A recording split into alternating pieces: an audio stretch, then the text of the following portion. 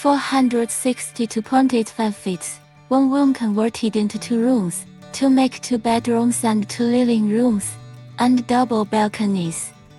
First look at the floor plan. There is no distinction between movement and sound. I waste to go to the bathroom and through the kitchen. No need to analyze. First there must be dynamic and static partitioning. Enter the door and make an open kitchen directly. Large space. Here's another downfall. Increase food and kitchen interactivity. The refrigerator is embedded. The refrigerator door is customized into an integrated cabinet door.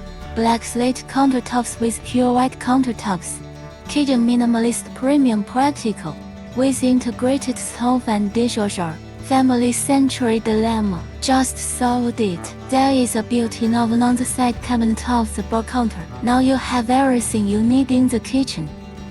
There is daylight on the south side. Replace this wall with glass. Choose frosted glass that is transparent and opaque. The south side of the dining room is the living room, integrated with the restaurant. Public area concentration. Maximize field of view. Balcony in 2. Enter from here. Glass sliding door. Hidden design. Open the door during the day. Move the door at night. It becomes a separate bedroom with a balcony.